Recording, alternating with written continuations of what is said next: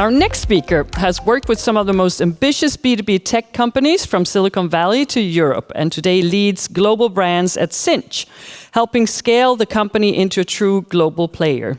She's known for making the evidence-backed case that brand is not a cost center, it's a growth engine.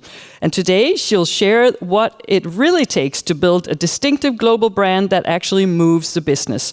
Please welcome Gwen Lafage.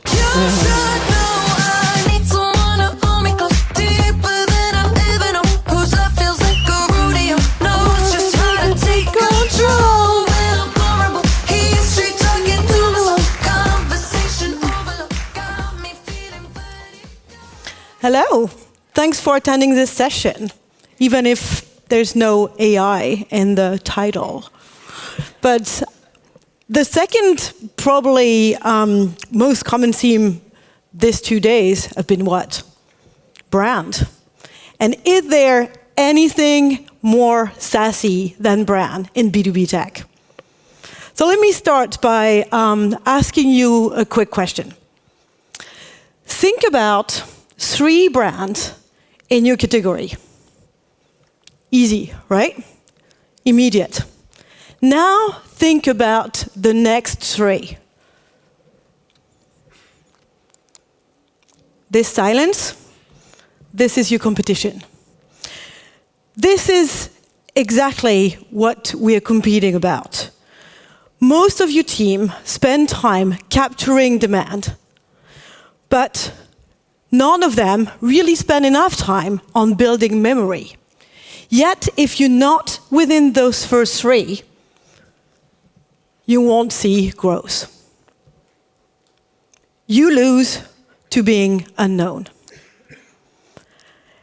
And I've lived this the pretty hard way. This was a pretty good lesson. When I joined Sinch, Sinch is a customer communication infrastructure platform powering communication through email, messaging, voice for some of the biggest companies on the planet. Yet, in 2021, even Forbes named us as one of the most successful companies you've never heard of. Fantastic, right? When you start as a brand leader, so you're a start. This is where we were. So we clearly had a brand problem. So we started to investigate, try to understand what was really this problem. We went on this kind of awareness journey. We looked at trying to diagnose the problem, and we saw that brand was weak, right?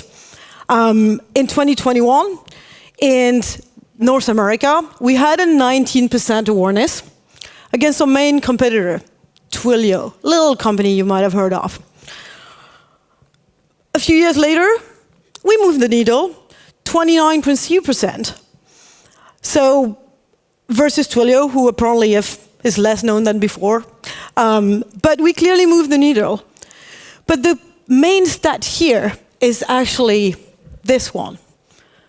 We didn't have a weak brand, we have an invisible one. What this tells us is that when people are aware of us, they actually will consider us at 76%. That's pretty big. So our message resonates, our positioning resonates, but we are invisible. So I'm going to talk to you about the 4 main battles, the 4 things we had to be very intentional about to build our brand, and how we're still on this journey. The journey is not finished. 1, architecture before campaigns. 2, consistency before creativity.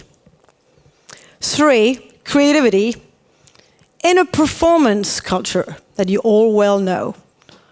4, brand plus demand as one system working together. So let's start with architecture before campaign. Why is that? Your positioning, your story, your identity, that's your foundation. And your architecture, all of these needs to be in place before you can really run with the campaigns. Because running campaigns with those foundations will just create confusion. Sinch grew through several acquisitions. pretty sure many of you have been through this as well. Mergers, acquisition, bringing companies together, the real joy of consolidation. Anyone has been in there? Yes. Very fun time. Well, at Sinch, in 2021, we went on a little bit of a shopping spree. And we ended up with 22 brands. That's when I started. The year I started was super fun. We were like acquiring company and discovering that behind those companies were all the other companies they had acquired themselves and never consolidated. We knew from the start that this could not stay, right? This was very confusing for the market. But there is no one playbook for how you consolidate. For us, it was an assessment for each one. I'll take an example. Intelliquent was a voice API platform in North America. About 600 people, pretty good, solid business, but very low brand equity outside of telco. So we rebranded it to Sinch. On the other hand, Mailgun, also known in the US, but with good equity with the developer audience.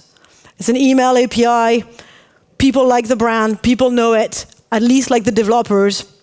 So we decided to not kill it, because the last thing you want is really kill the value of the company you just acquired. That's not the point. You need to build on it. So we started consolidated this, not overnight, it took a while, to build this kind of solid structural foundation. And that's why when you are consolidated, this is not a design problem. This is not even a brand problem. This is really a business decision. It's not about design. It's really about capital allocation. So we built a strong Sinch master brand, scalable, one story, one look and feel, building all of it together, while keeping some strong sub-brand with personality and building a clear house of brand, branded house, that will really like bring all this product together and give a clear role to all of the different products that we had. So from Mailgun for developers, Mailguns is more for marketers on email, Engage, it's mid-market messaging, Simple Texting is SMB messaging. All of it as one family, one clear roles for all, and now the buyers see something more cohesive. So that was the first learning, and that brings me to the second one. Because with that, the foundation is really like your brand, your infrastructure. Then you need to build consistency around that before you can get wide and create.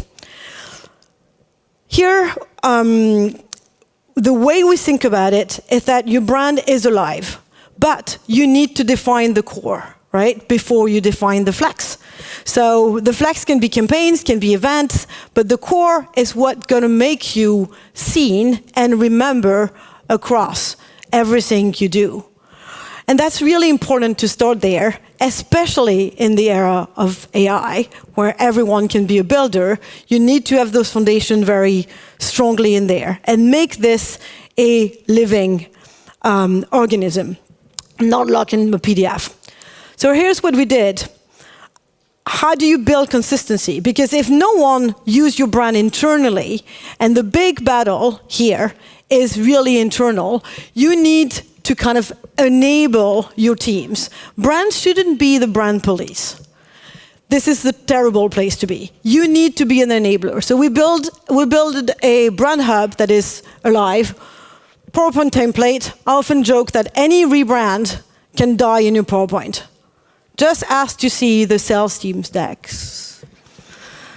So training and trying to really like enable them to make the slide easily, because they don't like it, we don't like it, right? Canva, Figma templates, self-serve. We are a company of 4,000 people, so the brand can derail really, really fast, especially when everyone is a creator. And so we now like enabling them to self-serve in all of those tools. We build an AI ad builders with Figma Make so that they can start creating their own ads, and we keep building for the age of AI. But this is the core foundation. This brings me to the next thing, which is creativity. So creativity is what gets you stand out, what gets you seen, right? You need that consistency so you can remember, but you need to cut through the noise. So creativity is really important, but we live in B2B tech in a very performance-driven culture. And if you start putting brands against performance, you're in trouble. Brand will never win. I've been there. Why that? Because we don't talk the language of the CEO or of the CFO. Like, they hear numbers, they want to see the pipeline this quarter, and we're telling them, we have really pretty campaigns. We've made a really awesome photo shoot, look how beautiful. They don't really feel it in the same way that I could feel it as a brand person. So you need to switch the argument. You need to change the way, reframe the argument, reframe the way you're presenting it, and not putting them one against the other. What they can hear is that why we need brands. Because those points of awareness that we're missing against Twilio mean that we're not even in the room they're discussing this deal. We're not even on the RFP. Most companies will spend probably like a 80-20 budget, right, on brand versus demand. Well, like the literature mentioned more of a 50-50 split. We far from this in B2B tech, right? But I think the simple first kind of priority is to show how you measure, and that it can be measured, and it actually can be a way to move the needle from a business perspective. At Sinch, we use branded search as a really good proxy for brand. It's not attribution, right? It's not attribution because brand cannot be measured in a quarter, cannot be measured by immediate response, right? It takes a while. But branded search helps us compare to competitors. We do share of branded search, and then from a volume perspective, it gives us a trend. It's a proxy to show where we're going. And that's how you reframe it, because when you start showing numbers and dashboards to the CEO and the CFOs, it's starting to click more than when you show them a pretty picture. I don't really get why, but we also did the pretty pictures, right? And here's another learning that I lived, again, the hard way. We built a really great campaign in 2022. Beautiful photo shoot, nice images, bringing email, voice, messaging all together. And then what happened? We got a budget cut. You heard about this? And I made the mistake to not really plan the distribution completely that well from the start. We build beautiful assets with no reach. We build a great campaign that the region didn't really want to use because it didn't move the needle for them from a pipeline perspective this quarter. They didn't really understand, right? We had great asset, great campaign, great visual, everything was beautiful and insightful, but not really aligned with what they wanted to do. Good creative, no reach. And production without distribution is expensive, silent. Distribution is not an afterthought, it's the plan.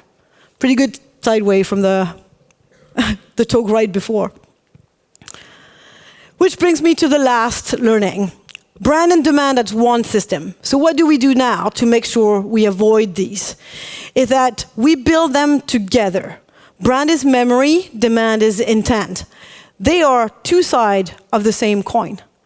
One needs the other, always. Brand amplifies the demand. They're different time horizons, but they're not competing budget. Don't put them one versus the other. Show how brand helps compound. And if the message doesn't align, and your brand and demand are disconnected, they will never really like have the impact, right? It's just like you'll start becoming known for everything and nothing in the market. So they need to kind of move together and be complementary. So we built this kind of integrative campaign as a system. The way this works is that, the screen is really big. At the beginning, you have your point of view, right? What you believe in, what you really stand for. That's at the core of it. That's the theme, the messaging, the creative concept. It's at the center, and you want everyone to kind of rally around that because it allows you to really build in an integrated way. No more random acts of marketing. Everything kind of works together. On one side, you demand gen, ABM, field. They will preach the same messaging that you'll have because it's anchored in this positioning and in this point of view. On the other side, brand, so leadership, awareness media, content, events, once again, building that credibility around the same point of view. Both working together around strong proofs, who can be your original research, your market insight, your data. Your data is key. If you have them internally, that's gold for your marketing. And your customer stories. All of those should serve both. And at the top, obviously, distribution that you shouldn't forget, because content, build great content, and they will come, that doesn't exist. So 5 things that I've learned through this pretty incredible journey at Sinch. If you're not known, you're not competing. Architecture is what makes campaigns compound. Distinctiveness requires a discipline, enablement, discipline. Safe marketing is invisible marketing. So yes, be creative, but in a consistent way.